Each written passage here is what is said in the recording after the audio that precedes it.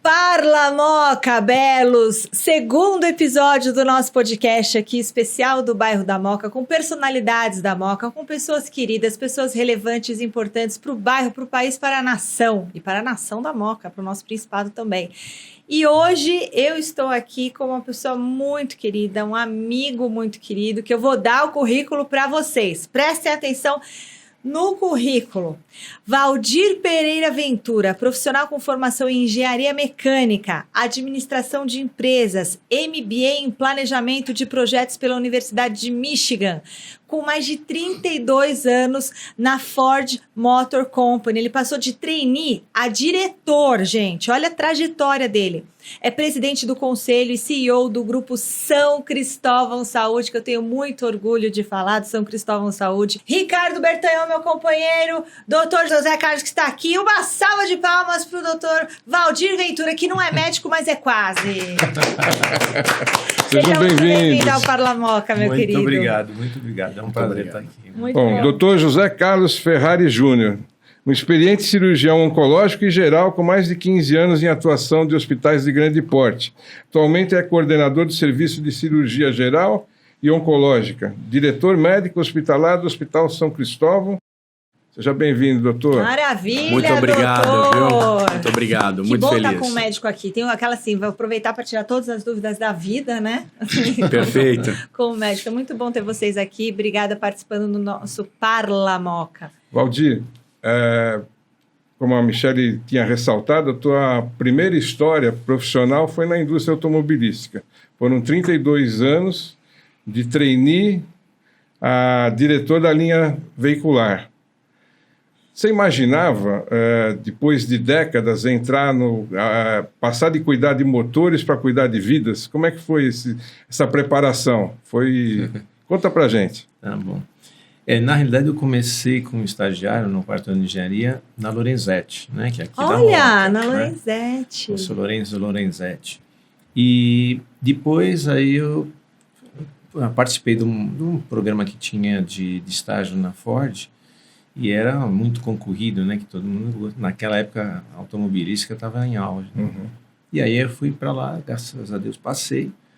E lá fiquei na área de qualidade, depois na parte de processo, depois fui para a área de engenharia. Aqui depois... onde é o Shopping Moca mesmo? Não, aqui, na realidade, aqui era só caminhões, basicamente, tá. E o Galaxy depois. Mas eu trabalhava lá em São Bernardo. São Bernardo. Né? Então, depois aí eu fui transferido para uma área que a gente estava louco para ir, né? Que é a área mais, vamos dizer assim, não sei, uma área, não é uma área, desculpa, mas é uma área mais assim, estratégia, né? Que é planejamento estratégico. Tá. E lá só entrava eu lutei uns 3 anos e aí consegui para se entrar. encaixar, né? Foi muito bom, fiquei lá aí era no CPQ, que é o Centro de Pesquisa da Ford. Engenheiro mecânico? Engenheiro mecânico industrial. Olha que legal. Meu marido fez trainee na Mercedes e na Daimler Chrysler também, lá em São Bernardo. Então, pertinho. Né, nessa área, é isso mesmo. E agora eu pergunto, Valdir, no que esses seus 32 anos de experiência lá na Ford contribuíram e contribuem, né, na sua bagagem, para hoje estar à frente liderando todo o grupo São Cristóvão Saúde? Na realidade, a bagagem que a gente consegue numa indústria automobilística multinacional, né, eles têm muito processos, na verdade, a gente tem lá muito a qualidade, tem que ser perseguida. É uma cultura bem diferente, né, da área hospitalar. Hoje já não, hoje já está bem nivelado, vamos dizer assim, mas quando eu entrei, a nossa cultura era muito diferente da cultura do São Cristóvão, por exemplo. Uhum. Era tudo feito no papel, tudo nos rabiscos dos colegas médicos. Pouco que a gente entendia, Com né? a caligrafia dos médicos. Horrível. Eles escrevem depois de meia hora, eles não sabem o que escreveram, né? Nem a gente, mas é demais. É brincadeira, mas foi a primeira coisa que nós fizemos era mudar a cultura da São Cristóvão, né?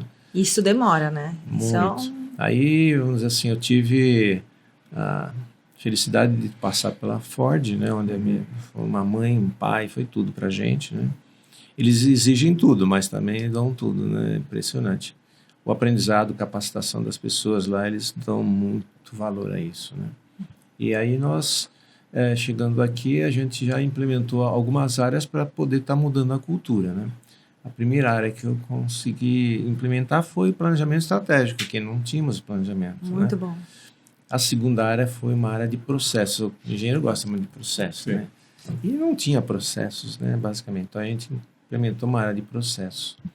E como eu ficava só eu exigindo, eu falei, bom, tem que ter alguém que também nos ajude.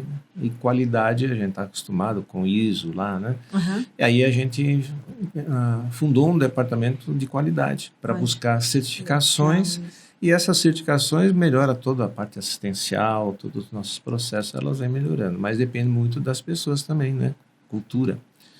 E um outro departamento que eu mencionei, que é aprendizado lá, foi budget, né? A gente tinha que ter...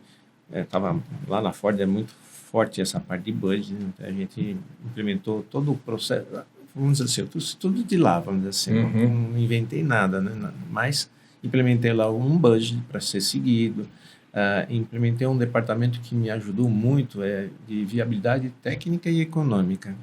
Muito bom. Ou seja, a gente não... Antigamente era tudo nos achismos, né? Eu gostei mais dos olhos da Michelle do que o seu, tá? Então eu vou na solução que você está me dando. E agora não, agora é feito um estudo de viabilidade, tanto técnica com os médicos, engenharia clínica e tudo mais, e a parte financeira. E aí vem mastigado para a gente, e a gente vai errar, somos seres humanos, Claro. mas minimiza muito. Né? Otimiza, né? Muito. Acho que processo, custo, Exatamente. organização, desperdício, tudo, né? Totalmente. Beleza. Doutor José Carlos Ferrari Júnior, olha, grande doutor. Doutor, especialista aí na área oncológica, né, que o senhor é, e eu já começo com uma pergunta, assim, porque eu tenho pavor dessa doença. Minha avó nem falava o nome, porque ela tinha tanto medo que ela falava que não pode falar. Ela falava ela falava assim. Olha, fazia. Eu não queria falar câncer. Doutor, o que causa o câncer? Tem alguma coisa? É genético? É comida? O que causa essa doença? Se a gente pudesse dividir, é um somatório de coisas, né? Na verdade, para cada tipo de tumor, a gente tem algumas coisas mais prevalentes. Se a gente for parar para pensar, o tipo de vida, né, que a gente tem, alimentos, sedentarismo, álcool, tabagismo, são os agentes externos que têm uma influência muito grande. E alguns tipos de tumores, na verdade, têm um potencial muito forte genético. Mas hoje a gente percebe que a parte dos agentes externos tem uma implicação muito severa. Né? Outras que acabei não citando, a obesidade, né, o status inflamatório desses pacientes corresponde a um risco muito elevado aí no desenvolvimento de vários tipos de tumores. Então, na verdade, a doença ela surge de uma forma básica, durante uma duplicação celular, um erro de DNA, né, que é a parte ali do código genético dentro de uma célula. Durante uma divisão celular, ela erra e começa a fazer uma replicação de forma com mensagens errôneas. E isso aí vai acabar formando a lesão, aí, o tumor. E aí, dependendo de cada tipo de órgão, na verdade, ele vai se comportar de uma forma. Tristeza também? Desculpa, Ricardo. Tristeza, mágoa, isso também causa? Sabe que isso é uma das coisas que a gente tem a percepção, né? Eu ainda estou aqui no São Cristóvão, tem 8 anos, mas na parte administrativa, junto com o Valdir, eu vou fazer 4 anos agora, nesse ano de 2024. Mas na minha percepção clínica, eu sempre pergunto a alguns pacientes, né, alguma história clínica dele, o que estava acontecendo, e às vezes surge, né, em alguns pontos, alguma parte que aconteceu, uma perda de um familiar, alguma coisa associada. Eu não posso afirmar isso, mas posso lhe dizer que, na minha percepção, acho que tem muita influência, não só no diagnóstico do desenvolvimento, mas até mesmo do diagnóstico e durante o tratamento, né? Aquelas pessoas que a cabeça, na verdade, conseguiu compreender um pouco mais e ter dizendo que ele consegue compreender da doença, que ele está no meio do tratamento, ele vai melhor a doença, a gente tem uma percepção, lidar com toda a situação, né? Às vezes é uma equipe multidisciplinar para tratar a doença oncológica, né? Não é o cirurgião só, não é somente um oncologista clínico, não somente um radioterapeuta, mas é nutricionista, psicólogo, né? É um time muito grande, multidisciplinar, fisioterapeutas, que realmente faz a diferença, faz com que o paciente consiga caminhar com uma ajuda e a cabeça faz total diferença aí no desfecho. São vários gatilhos, né, doutor? Exatamente. E a gente tem uma curiosidade em relação ao painel genético. Qual é a validade de se fazer um painel genético para saber tendências?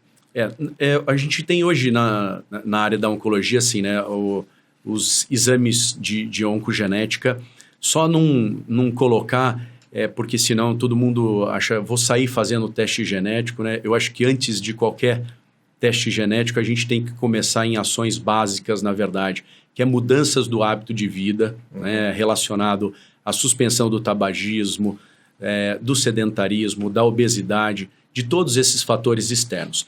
E em alguns casos, realmente, que as lesões, os tumores estão relacionados muito a uma parte genética.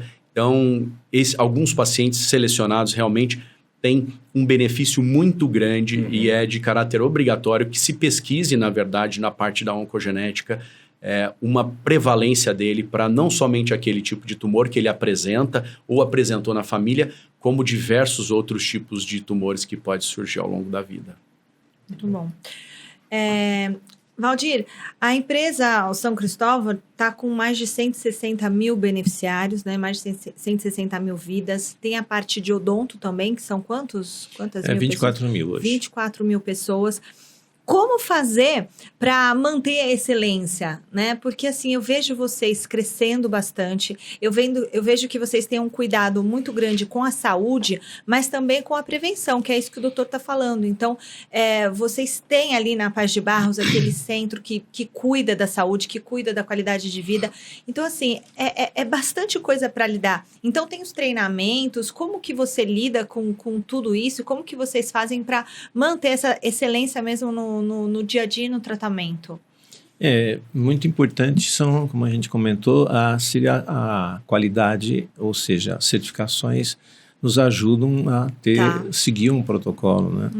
Então, nós temos, desde que eu entrei lá, a gente fez a ISO 9001 para o plano de saúde, fizemos o CQH também, que é regido pelo CRM, depois a gente saiu e fomos para a ONA 1, ONA 2, depois chegamos à ONA 3, já fomos recertificados todos os anos, praticamente, e enveredamos também para uma outra, vamos dizer assim, contribuição muito grande, que é da canadense, né? A internacional canadense, Qimentron.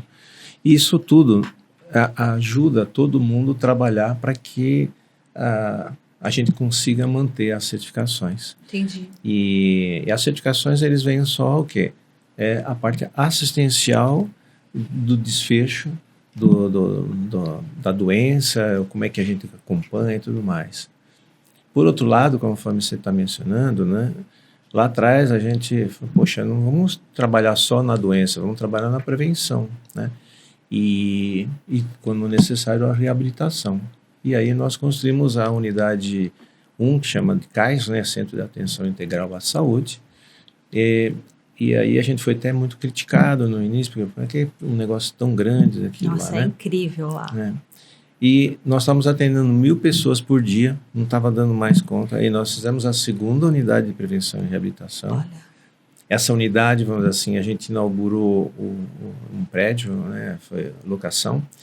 Esse prédio aí a gente foi até o 8º andar, né? Até o 7º andar. Aí não começou a não dar conta, fizemos o 8º, fizemos o 9º, e agora, dentro de 3 meses, a gente inaugura mais o 10º e o 11º andar. Nossa, tomou conta do prédio todo? Totalmente, É aqui Só na pra Paz ver- de Barros também? E aí, do outro lado da Avenida Paz de sim, Barros. sei onde que é. Que bacana, que É, legal. E então- mas assim, a gente olha, né? O Valdir fala assim, ó, o Valdir é médico. Não, ele é engenheiro, ele é administrador. Porque médico mesmo, você até pensou em ser médico. Mas aí um dia, acompanhando a sua mãe, não vê como que é essa história? Que você fala assim, não vou poder ser médico.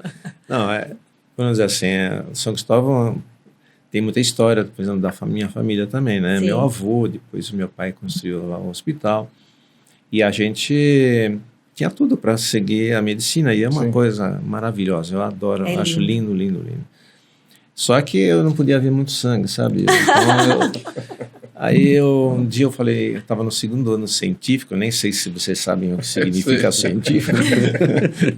Estava no segundo científico e aí eu tinha que tomar uma decisão, se ia para exata ou não. Aí falei, mãe, ela ia no oculista, no oftalmo, que era o doutor... agora falhou o nome dele. E aí ele enfiou uma agulha aqui no canal da lágrima, porque estava entupido, e começou a injetar. Aí eu acordei na salinha do lado com a enfermeira. Aí eu falei, bom... Apagou, já teve a resposta, né?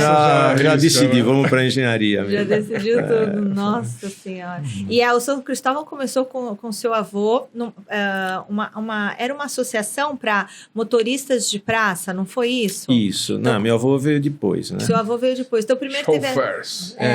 E por isso que é São Cristóvão, né, gente? Que é o santo padroeiro dos motoristas, né? Exato. Então, começou com assim, o seu avô, depois ele veio e também participou ali da Participou associação. da diretoria e tal, e foram crescendo. Né? Até que fundou o hospital para cuidar deles primeiro, né? Dos motoristas, na realidade, das isso. famílias.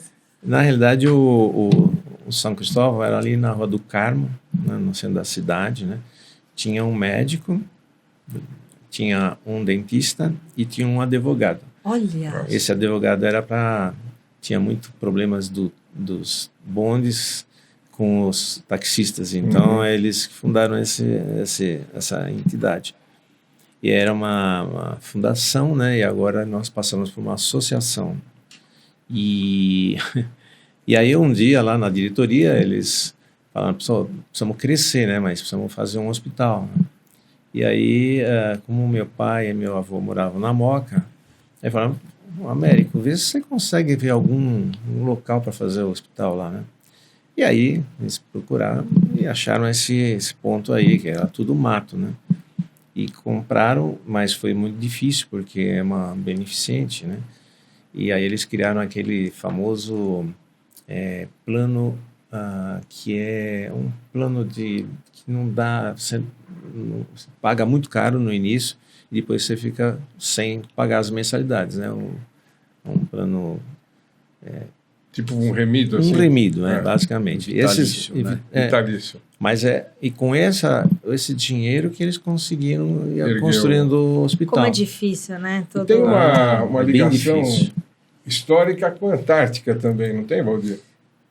Vamos dizer assim, o meu avô era da Antártica, né? Quando ele chegou lá de Portugal, lá em 1902... A Antártica já existia. Já. E ele distribuía nas carrocinhas aquele gelo, sabe? Aquelas pedras de gelo, né? Ele distribuía nos bares e tudo mais. Então, ele carregava gelo mesmo. Sim. Então, é a pessoa que, quando chegou aqui, o armário dele era um prego na parede, né? Então, e ele veio de Portugal, ele saiu de lá em busca de uma melhor vida, de oportunidade aqui no Brasil, na América. Exato, porque também tinha o exército, eles andaram, o pessoal andou fugindo lá do exército, né? Então eles pegavam ficavam no porão dos navios lá, aquelas caravelas, quase que uma caravela. É, isso mesmo. E demoravam 45 dias, né? Passavam fome, sede, impressionante. Então, esse pessoal aí A história dos pioneiros é sempre muito emocionante, Nossa, né? né? Eu tive a oportunidade do ano passado, pela primeira vez, eu fui reconhecer, meus 4 avós são portugueses. Eu tive a oportunidade de conhecer as aldeias deles, onde eles moravam. Nossa! E, nossa senhora, a gente fica imaginando há 100 anos atrás como é que esse povo teve a coragem de vir para cá sem nada, sem conhecer ninguém, nem nada. Então, Não é? Vem com uma caixa, né? E a roupa do corpo. E hoje ainda continuam pequenas aldeias, pequenos vilarejos, não é? essas aldeias que nós fomos, elas tinham...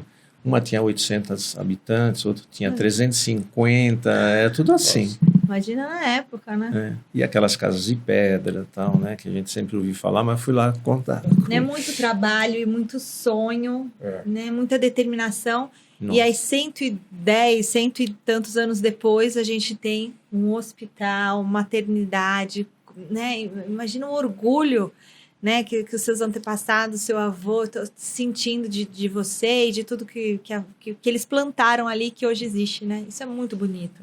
Tem um paradoxo na questão dos convênios com a população, né? E as empresas também nos últimos anos, né? Que o convênio é caro, que as coisas as empresas estão sofrendo muito, o CNPJ, e do outro lado tem a inflação médica, que também é pesada, né?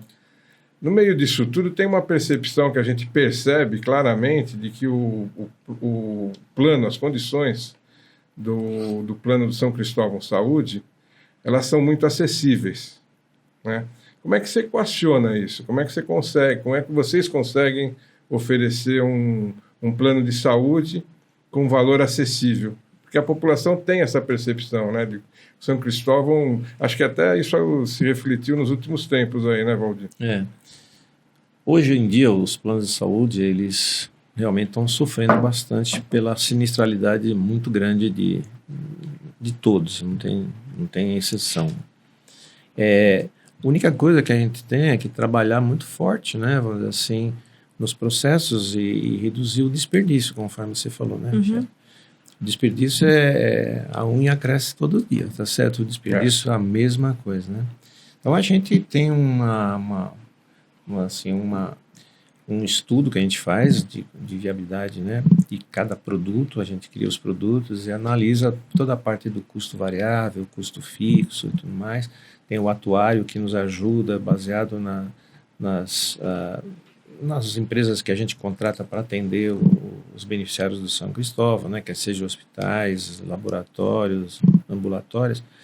E é feito um atuário, é feito um estudo de valores, quanto sairia para nós. E aí a gente analisa uma lucratividade X, e a gente consegue fazer um plano não acessível, né? Mas a gente é difícil concorrer com os grandes players, né?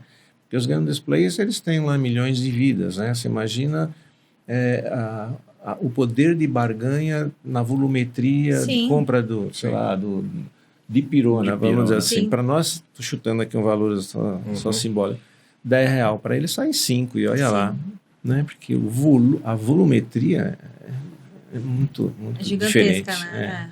Pega aí, tem planos aí com 3, 4, 5 milhões de vidas, até mais, quando se juntaram, e contra 160 mil vidas, o que nós vamos conseguir, né? É muito pouco. Então depende muito da capacitação das pessoas e trabalhar muito forte em equipe. Isso é fundamental. Se a gente não trabalhar em equipe...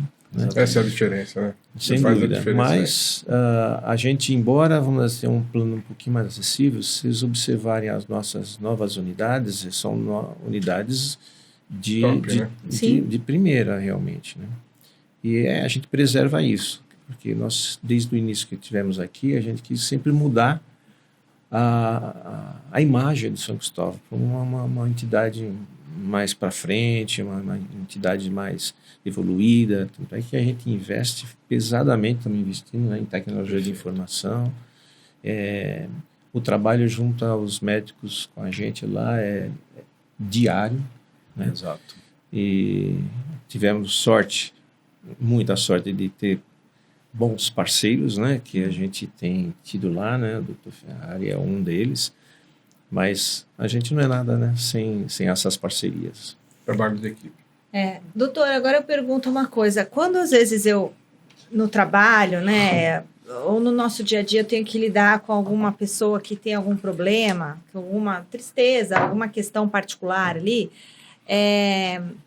e a pessoa fica triste, eu me abato muito também com, às vezes, a história que a pessoa me conta, né? E aí eu tento ajudar e resolver aquilo.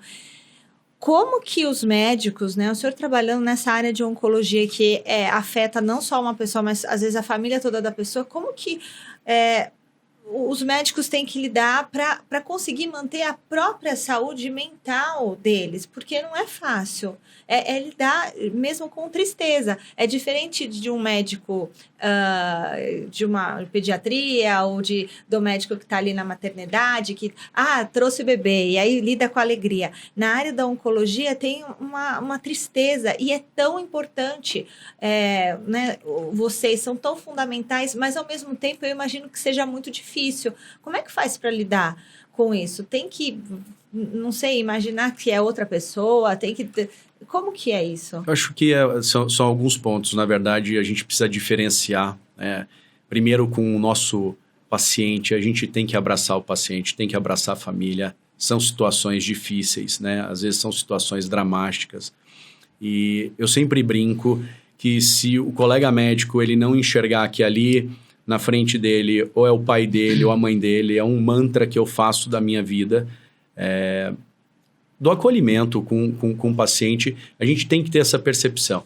E abraçar também, como você falou, a família. É muito difícil, né? E eu tive um chefe de residência que ele falava, Zé Carlos, depois que saímos daqui, na verdade, fizemos o nosso compromisso, a gente tem que fechar um pouco a porta, né? Numa brincadeira assim que a gente precisa ter um momento nosso, né?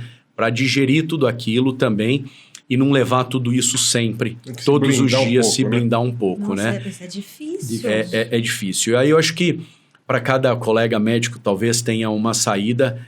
Eu acho que ou você se dedica no esporte, você tem uma válvula de escape, né? Na verdade, aquilo ali, porque é diário, né? Eu brinco que o oncologista ele fala da vida, da morte e de uma outra coisa que chama esperança da vida. Né? Então, realmente são temas pesados, né?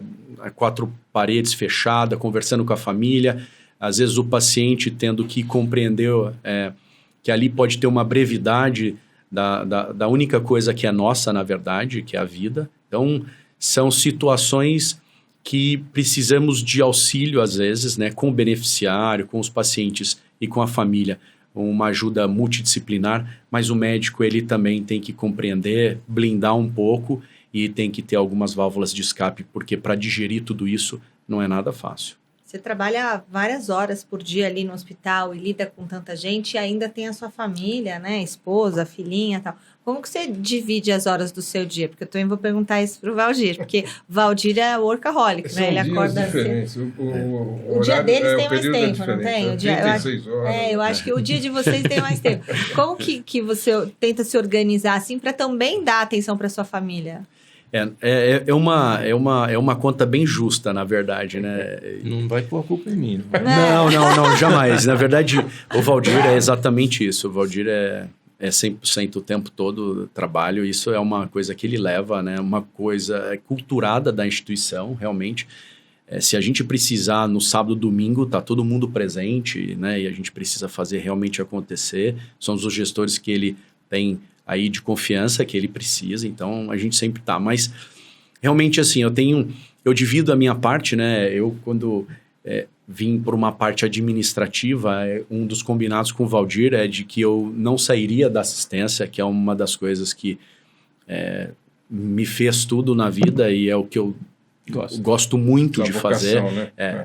Gosto da assistência como um todo, gosto da medicina, que aí nosso combinado é que eu ficaria na gestão, mas que eu ficaria também na parte assistencial. Então, eu faço meus ambulatórios ainda, na verdade, eu ainda faço... na linha de frente ali. Total. Vou para o ambulatório, atendo meus pacientes, opero meus pacientes, né? Faço a parte da administração junto com o Valdir, acompanhando a parte da diretoria médica. E ainda, quando saio dali, ainda faço algumas consultas no meu consultório ainda, mais para o final do dia. E quando eu tenho alguma cirurgia fora, ainda coloco nos finais de semana. E aí tem um combinado, né? Com a esposa? Com a esposa. Qual que é o combinado? É um combinado, né? Que não é fácil, é bem justinho. Eu realmente, quando Maria Júlia nasceu, que é minha filha, fui um pai ausente naquele momento, que estava um pouco mais no início da carreira, uma dificuldade maior. Mas hoje ainda eu tento não chegar falando com o celular dentro de casa, senão se eu tenho essa percepção, eu estou falando do doente, e aí ela já está até aprendendo o termo médico. Ô papai, o que está acontecendo com ele? Será que precisa tomar um remédio, né? Tal remédio. Então, eu evito, faço os combinados, né? E aí no final de semana eu dou um tempo maior para a família, mas como minha esposa fala assim, não adianta, não é o volume de tempo que você vai passar conosco, mas a qualidade do tempo que você... E ela é pediatra, sua esposa. Ela é pneumopediatra. Então, pneumopediatra. Então a gente tem que ter uma rede de apoio aí lá em casa para que a gente consiga desenvolver todos esses papéis tudo. aí. Sim. Exatamente. Não é fácil. E, Valdir, como que é o seu dia? Porque também tem 3 filhas maravilhosas, super bem-sucedidas, os netos. Como que faz? Porque esse ano eu tô dormindo mais cedo, porque eu tô acordando às 5:30 da manhã. Porque mudou a logística lá de casa. Mas o ano passado, que eu dormia mais tarde, ele estava acordado mais tarde. Porque às vezes eu mandava mensagem, ele respondia, era 11, meia-noite. Isso era normal. Como que é?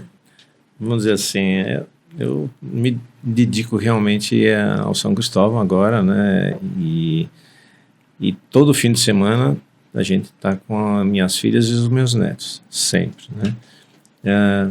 Mas eu deveria me dedicar mais ainda a família que me ajuda. Família, o conceito de família, infelizmente, está mudando um pouco. Muito. Né? Mas a coisa mais, uma graça que a gente recebe, né, de ter os netos. Então, Verdade. Eu 5 netos, e aí uma de 13 anos, e o menorzinho segunda-feira fez 1 aninho. Então é uma felicidade indescritível, né? Então para mim mas eu devia estar me programando para ter mais tempo com eles, né? Porque a vida passa tão rápido, né? Passa rápido. Você vê 32 anos lá e agora aqui já desde 2007, né? Então, quase 20, né? Em 27 vai ser 20 anos. E eu já tenho 50 anos de trabalho, né? Sem contar o estágio. Né? Olha só. E o conselho que você dá, a orientação que você dá, o que você fala para os seus netos, assim, em termos de vida? Que ensinamento que você tenta passar para eles, que a gente também pode aqui passar para quem está assistindo a gente? O que você acha que é? Eu acho que não é o ideal o que eu faço. Porque quando eles vêm lá em casa, a minha sala vira... Só falo, olha, tá vendo o lustre? Não pendura porque ele pode cair. Do resto, pode fazer faz tudo. o que quiser. Ai, né? que delícia. E aí, outro dia, a Paulette, a minha esposa, ela escutou o Guilherme falando para a Laura: não vamos pedir para a vovó, não. Vamos pedir para o vovô, que aí ele deixa. Olha só, que delícia, que maravilha. Aí, já tem um conchavo aí. Eles são muito carinhosos, né? Eles são muito apegados a mim, avô e avó, né? Já fizemos bastante para os filhos e agora a gente também continua fazendo para os filhos, mas os netinhos a gente é mais flexível. Eu percebo isso com os avós, né? Mãe educa, a avó estraga, uma coisa meio assim, né? Quando acontece um problema, olha, tua filha é teu. Tua filha é teu, né? Mas deixa ali na casa da avó, comer um doce, um sorvete, aquela coisa. Mas o que a gente dá de lição para eles, ou pelo menos tenta, né? É o espírito familiar, né? Então você vê todos eles, fim de semana, pelo menos, ou sábado, ou domingo, ou a gente à noite está junto, ou domingo um almoço lá em casa. Né? Então isso traz a família mais essa unidade, perto, né? É muito importante. E mostrar o que é importante, ser verdadeiro. A gente tem falado bastante, principalmente a parte de drogas, a gente tem muito receio, tá certo? Então a gente tem um diálogo bastante importante com os netos, com as filhas, né? Tá próximo, né? Essa proximidade é importante. E tivemos sorte das 3 filhas, são maravilhosas, e também tivemos mais sorte ainda porque os genros também são fantásticos. Ainda bem, né? Então, todos eles são muito apegados a gente, são carinhosos, são... dois são médicos também. também são E médicos. um administrador, né? Olha, muito Muito bom. bem. E doutor, para você, um médico do futuro, a pessoa que quiser se preparar, o que tem que fazer, os passos, assim, para ser um profissional competente e que... Porque não é fácil fazer medicina, né? Então, assim, entrar na faculdade, ok, vamos dizer que só aí já é uma dificuldade, uma loteria. Para quem não entrar numa escola pública, tem que fazer a escola particular, que é super cara. Mas digamos que entrou na faculdade.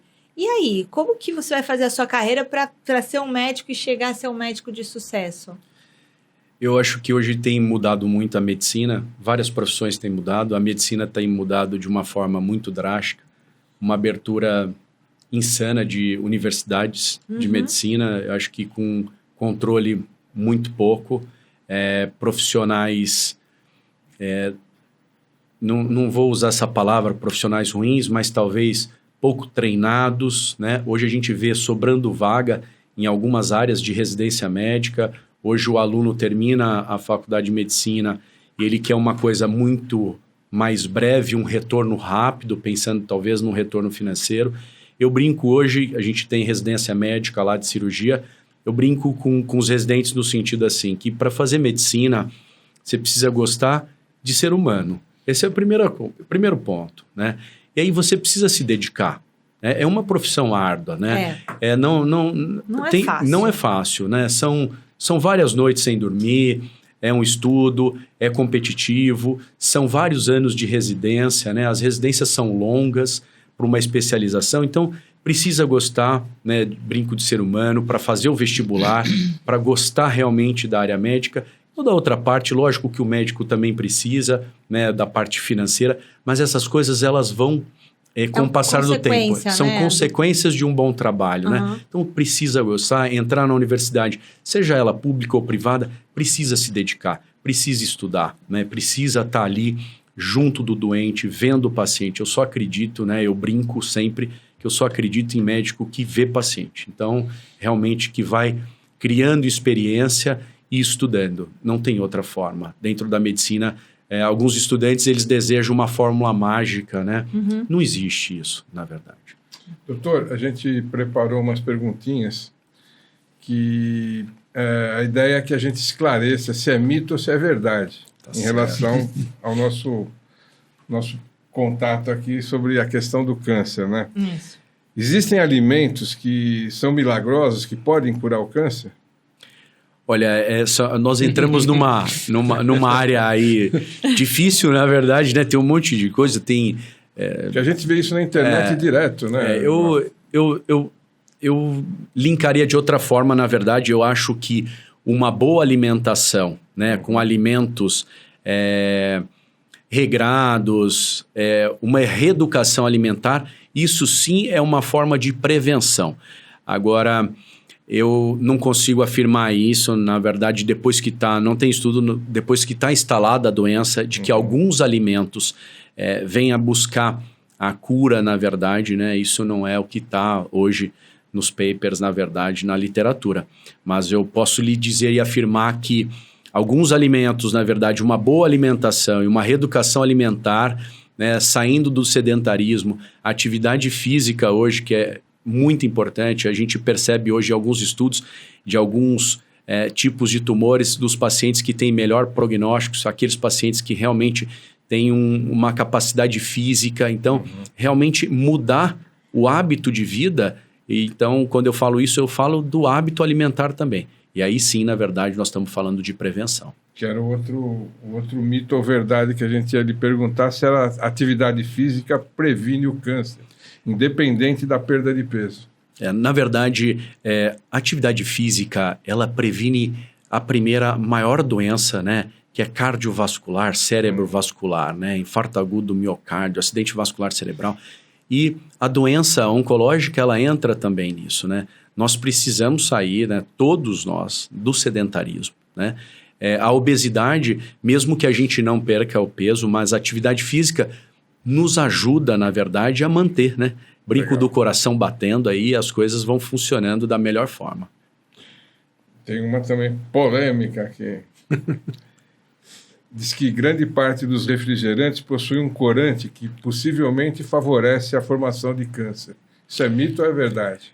Eu acho que o refrigerante nós deveríamos, aí é um dos alimentos que eu digo que se a gente está pensando em prevenção, não é um dos melhores alimentos. Né? Então, isso realmente, eu brinco, são bons, né? São excelentes aí em termos de gosto, né? Então, mas não é a melhor escolha, na verdade, quando a gente pensa dos alimentos bons, para que a gente tenha numa vida saudável, né? E forno micro-ondas causa câncer? Essa é uma das coisas, lá em casa a gente já até brincou, não só fogão. Igual a avó antiga, para esquentar, vai esquentar no fogão. A gente tirou um pouco do micro-ondas. Dá muito trabalho, na verdade, mas a gente tirou um pouco o micro-ondas. E air fryer também? Mesma ideia? Eu acho que essa não. Eu acho que não comparia. São coisas diferentes, na verdade, né? O modo de funcionamento dos aparelhos, né? Da forma que eles funcionam. Mas o micro-ondas é melhor evitar. Eu acho que realmente vale a pena evitar. Até para comida? Não, o que você usa, né? Porque assim, por Geralmente, exemplo, eu não uso para esquentar líquido. Mas aí, às vezes, para esquentar uma comida, então, não é bom também. Eu acho que, na verdade, tudo na vida em excesso, né? A gente pode, lógico, em algum momento ali, não tem como, né? Tá numa correria, vou usar de forma pontual. Agora, de forma corriqueira, eu acho que não é tão benéfico. Estamos roubados lá em casa. Não, na verdade, são vários lugares, que né? A primeira cocção você faz no fogão, né? Você cozinha, prepara as coisas no fogão. E aí você aquece no micro-ondas. Se usa muito... Tanto é que o consumo de gás, antigamente, um botijão era calculado para durar um mês. Uma família de 4 pessoas. Hoje dura 6 meses quem tem botijão. Quem tem gás de rua é diferente. Você não percebe, você não tem essa percepção. Mas a conta realmente com micro-ondas é bem maior, né? O micro-ondas serve muito, né? O pessoal é para esquentar, é uma facilidade que veio, né? Muito grande. Moderna, né? Entendi. É assim, bom, descongelar não, então esquentar também 1 minuto, 1 minuto e meio é bom não pôr para esquentar. Eu acho assim que, eu volto a falar, tudo em excesso, se é de forma pontual, né? Vamos lá, mas agora se é corriqueiro todos os dias, na verdade, porque é uma praticidade, né? É uma facilidade, né? Então, mas a gente tem que tomar cuidado que tudo é prático, é fácil, né? Tudo que é embutido, embalado, né? Vamos mudar esse assunto, senão a Samsung não, eu quero sair daqui e tirar o micro-ondas de casa. Não, calma, não é? Não, e aí a air fryer, hoje em dia o complicado do celular é isso, que aí você vai vendo vídeos, e aí assim, air fryer, acima de 180 graus, o alimento produz uma substância, eu falo, putz, grila, lá é tudo 180 graus. Então, agora eu tô deixando no 160. Não sei.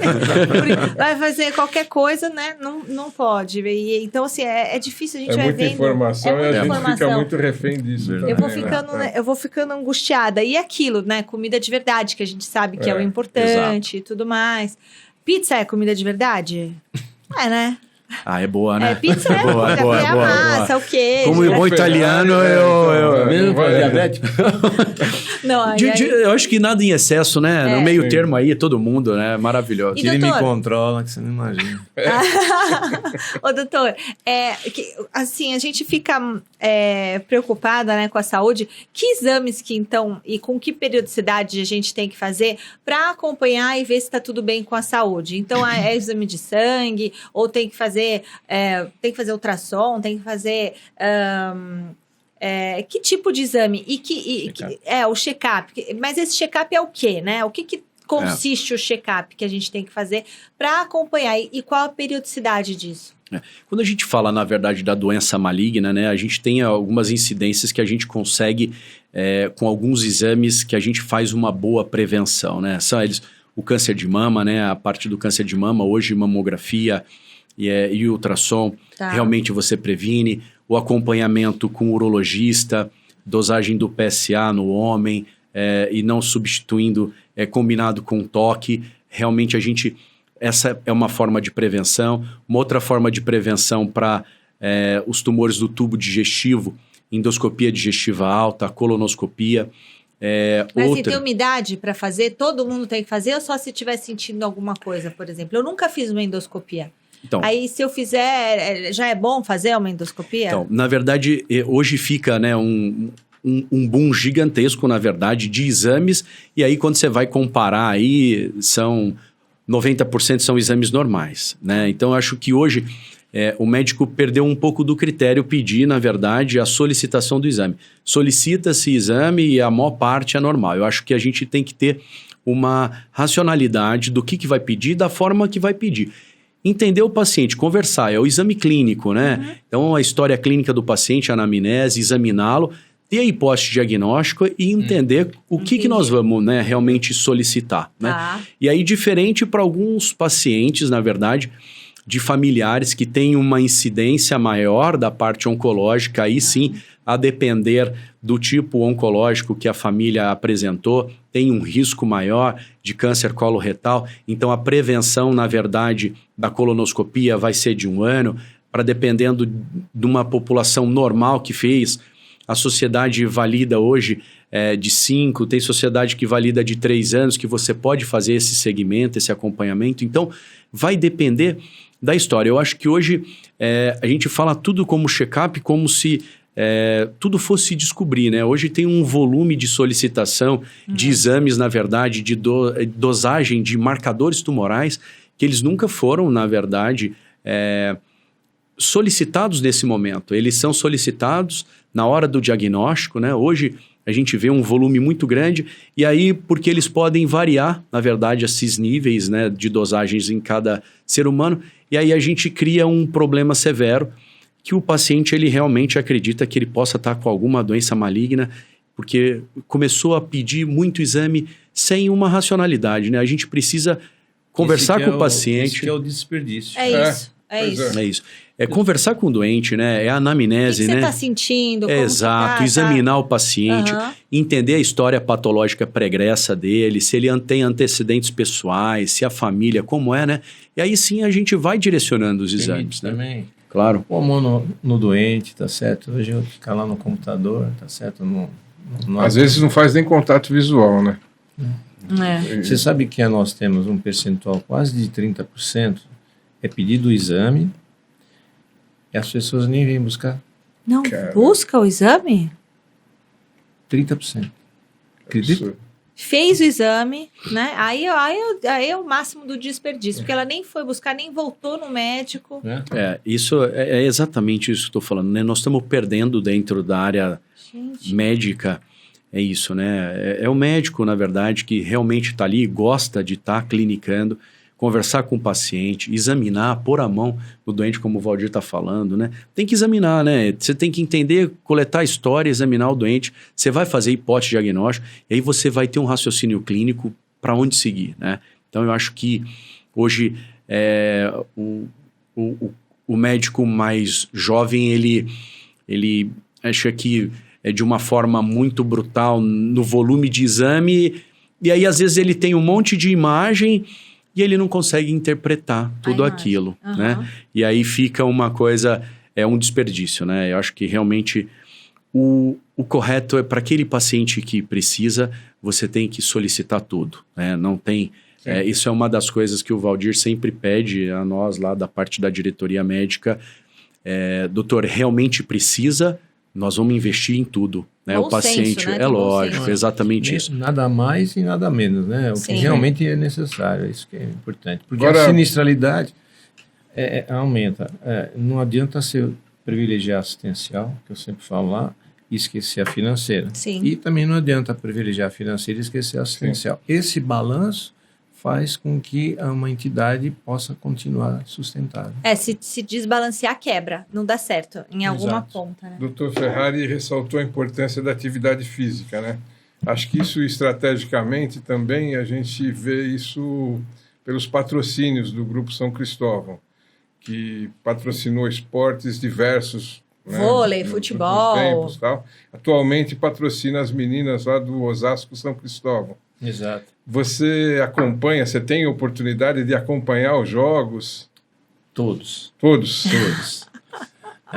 Inclusive, né, por exemplo, tem o o Beto, não sei se você conhece, que é o marqueteiro, né, deles lá, e o Luiz Omar, que é o nosso técnico. Né?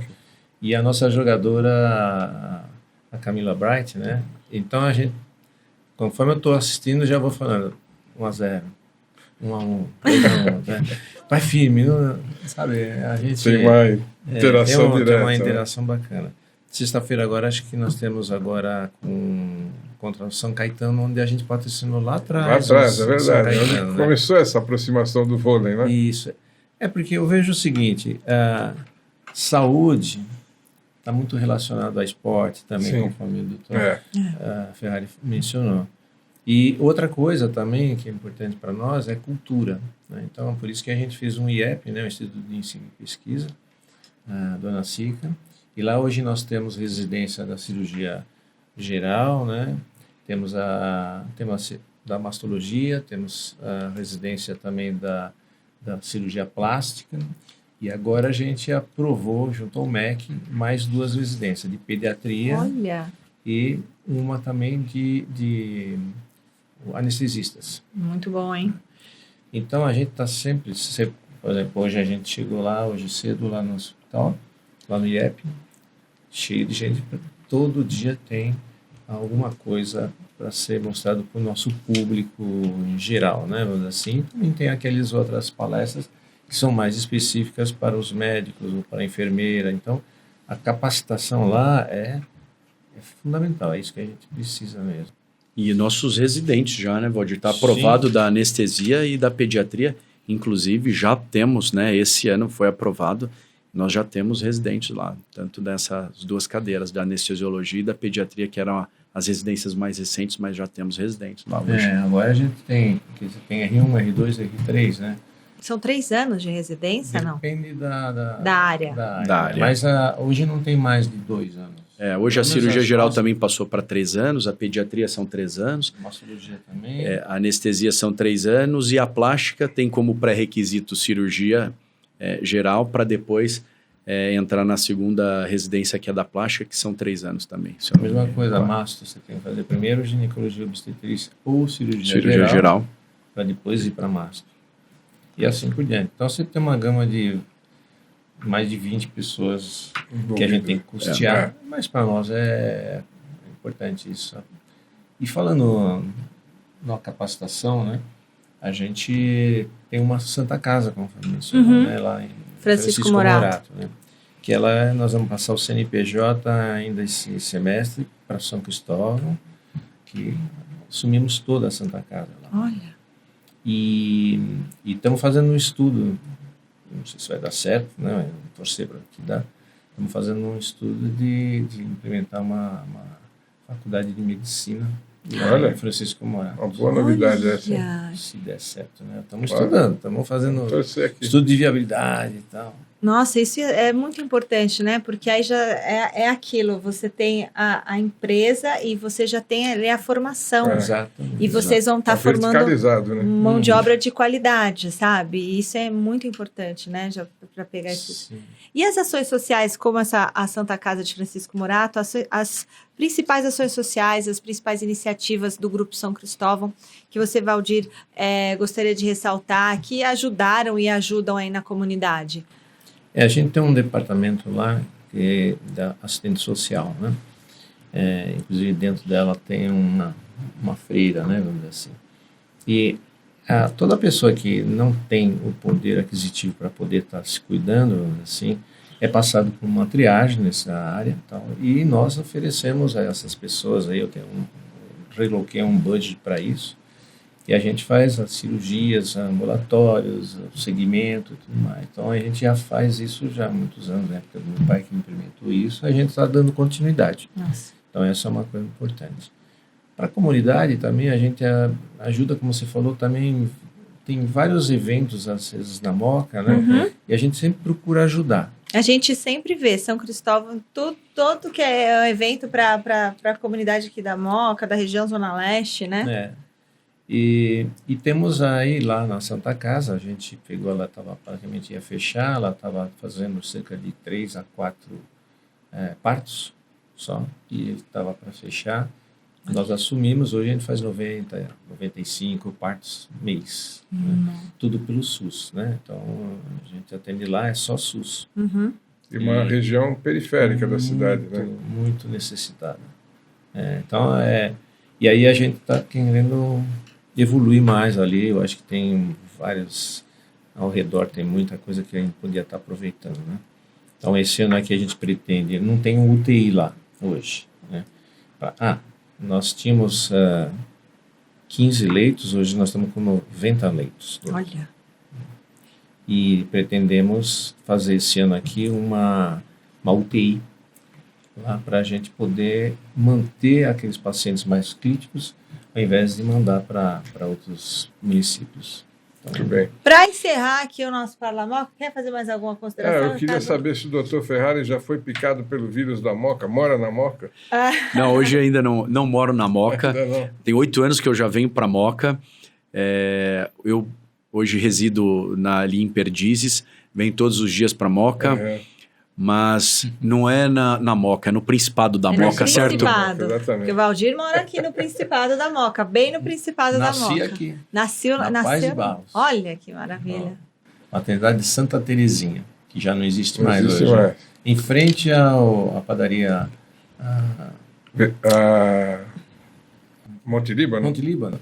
Em frente tem um prédio azul ali. Era lá. Era lá. Você estudou na Moca também? Estudei no São Judas. Estudei no Pandiá Calógeras, né? Paz de Barros. Minha avó deu aula no Pandiá. É?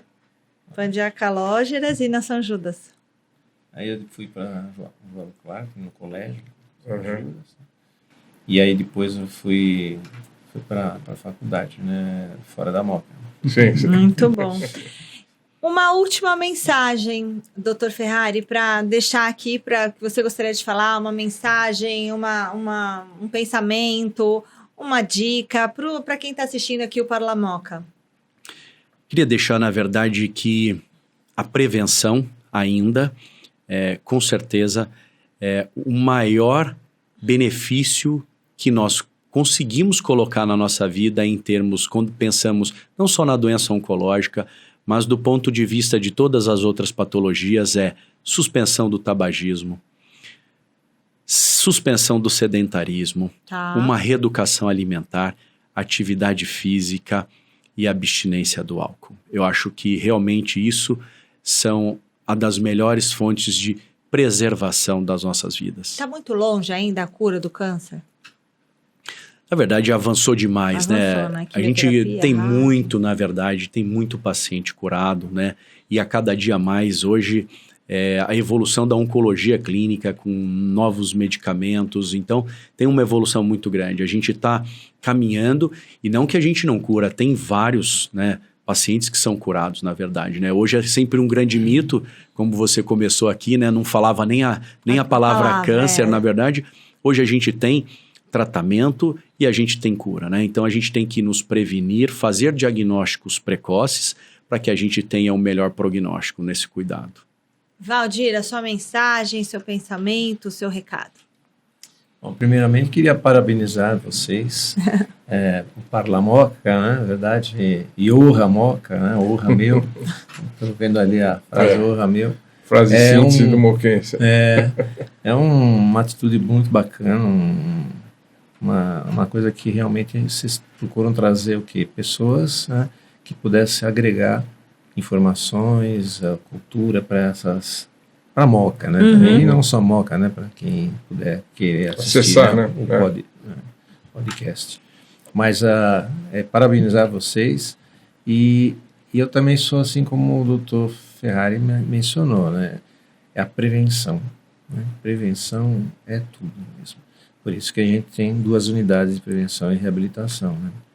Então, queria parabenizar a vocês. Obrigado, Michele. Obrigado, Ricardo.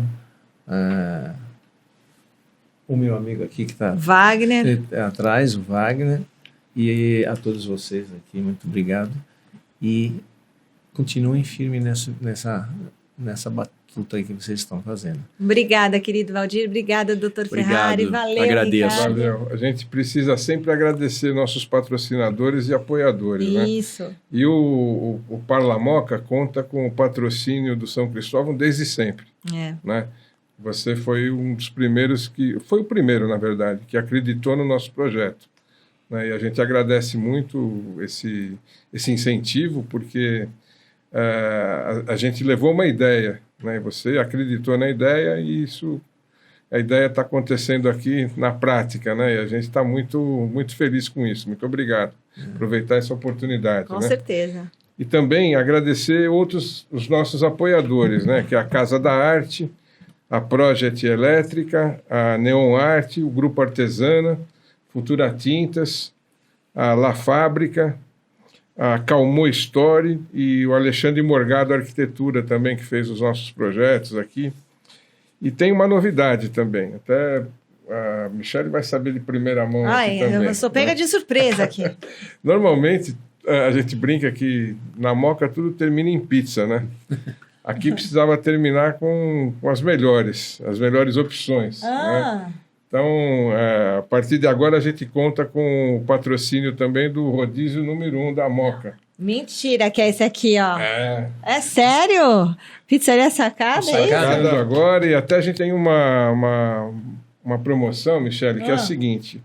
Quando a gente... O Sacada esse ano completa 50 anos. Né? Tá com a unidade 2 agora na Praça do MEC. Né? Olha lá, na pracinha. Tá o Tiago, a Vega, estão tocando essa unidade 2 lá também. E eles completam 50 anos.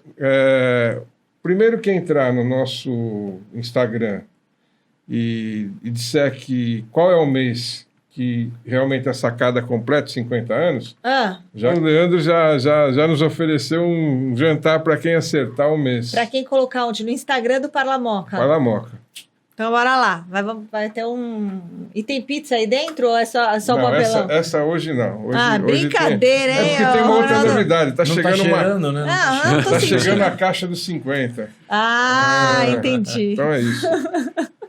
Muito bom, que legal. Muito bom ter vocês aqui. Muito obrigada por participarem desse bate-papo esclarecedor, inspirador, porque vocês são inspiração para a gente também, para quem nos assiste. É uma conversa de qualidade, realmente de inspiração para a gente seguir aí a nossa vida, o nosso dia a dia. Obrigada por inspirar os moquenses, os não moquenses que estão ao redor da Moca no resto do planeta, né? Porque o que interessa é que realmente a Moca... Não, tô brincando.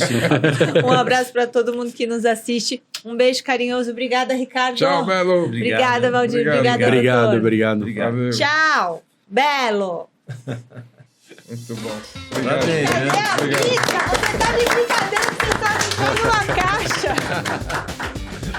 Esse horário da manhã é complicado. Mas se Estamos vira aí, encomendando cara. um forninho aí para esquentar a pizza. Pode ser micro-ondas. Pode esquecer o suco aqui de bola, hein?